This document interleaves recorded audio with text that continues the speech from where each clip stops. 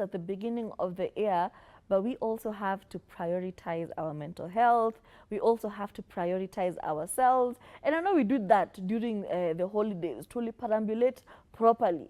But now sometimes the consequences.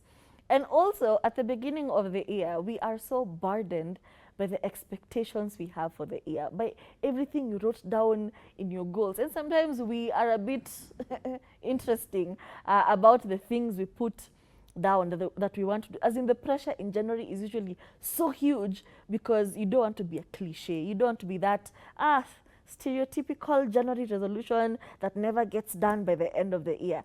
We are really working hard. There's that pressure, but you also have to prioritize you. You also have to remember that I'm still human. You know, just because I was a different person last year does not mean I'll miraculously become a new person, a person who wakes up at 5 a.m. to go running. You know, like, the expectations are usually weighing us down heavily. But there are a few things you can do to put yourself in a better mental space. For example, as much as we are hustling, as much as the January is January, una kunanyesha January. Have you ever seen that?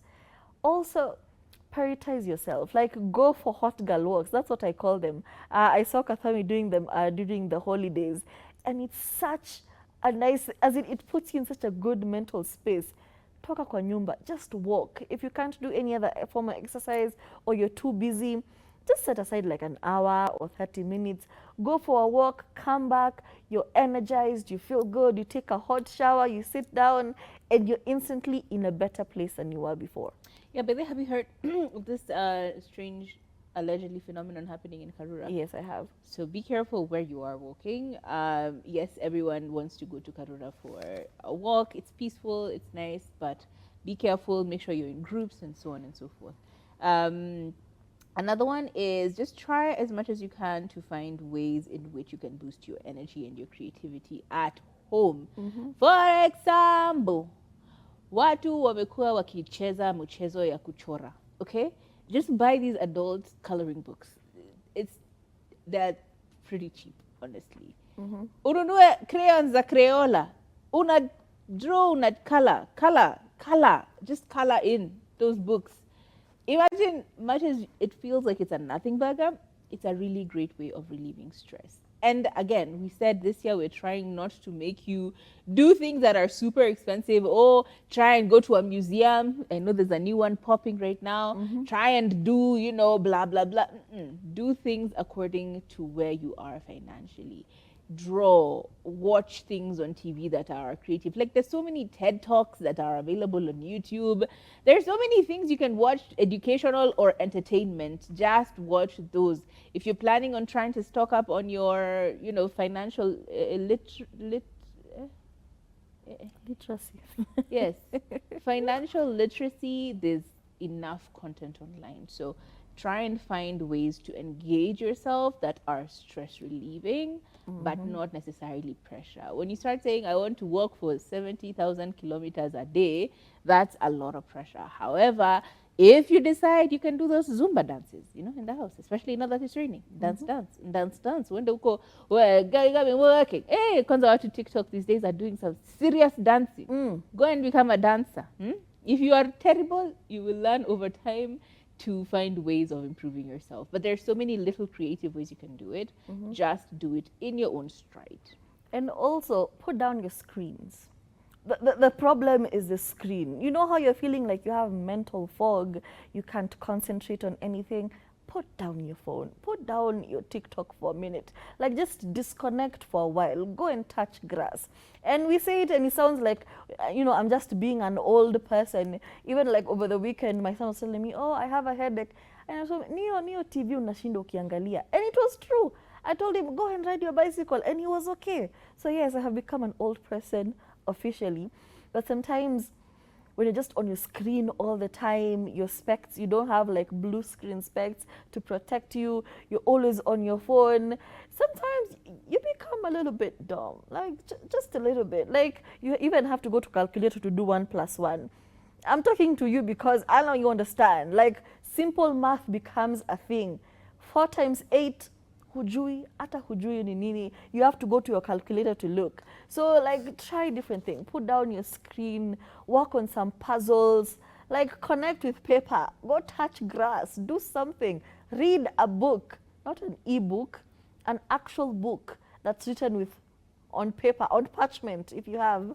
So yeah, that's just one of the ways you could get into a better space. Another one is fostering social connections. And I think that one is very, very important. I know we've gotten to the point where we're like isolation, isolation, isolation. Oh, I'm cutting off, I'm cutting off, I'm cutting off. But as you're cutting off, are you also finding new, Social connection is very important because it enables us to have conversations outside of our heads. Like, it's great to be alone, it's great to meditate, but it's also important to have conversations with other people. It does change your perspective. It does call you out when you're being stupid. Like, sometimes you're saying something, you become so red pill, or you become so sexist, or you become so polarizing in personality simply because all you're doing is feeding within your own echo chamber. It's all in here. The echo chamber just keeps telling you, yes, you're right, in fact, that person, in fact, and you keep ruminating on that. And that is exactly everything you think of. And therefore, when you start to speak to other people, they're like, hang on, what happened to you? It's important to have social circles and social connections with other people, even if it's like doing a weekly call with your besties if they are outside of the country. Do a weekly call with your friends, have a conversation with them, see what's up with them, lie to each other about that trip that you will go for in Zanzibar, and have these conversations to help you find an outlet and stop you from being a dunderhead, for lack of better words. And also, as we're saying all of this, be mindful of the things you consume. As Kathomi said, sometimes always garbage in, garbage in, garbage in, and you don't even have a soundboard for you when you say like, hey, girl, that's garbage. You need to. So just be mindful of what you're consuming, of the activities you're engaging with. I won't sit on my high horse like Huda and say, to a trash TV, you better do something. No, that's a means of relaxation. All I'm saying is engage in like problem solving skills. When was the last time you did Sudoku? Like, when was the last time you solved a puzzle? Problem solving has become such a problem. That's why these days you see somebody, something has happened, and the first thing we're doing is taking out our screens and recording. Mtu amegongwa na Prado ya mtu kwa barabara. Mtu anduthi, amefly kwa side ingine ya barabara. A normal person would be like, call the police. Can we help you? Is anyone injured? But what do? We're like, this is going to make a good TikTok.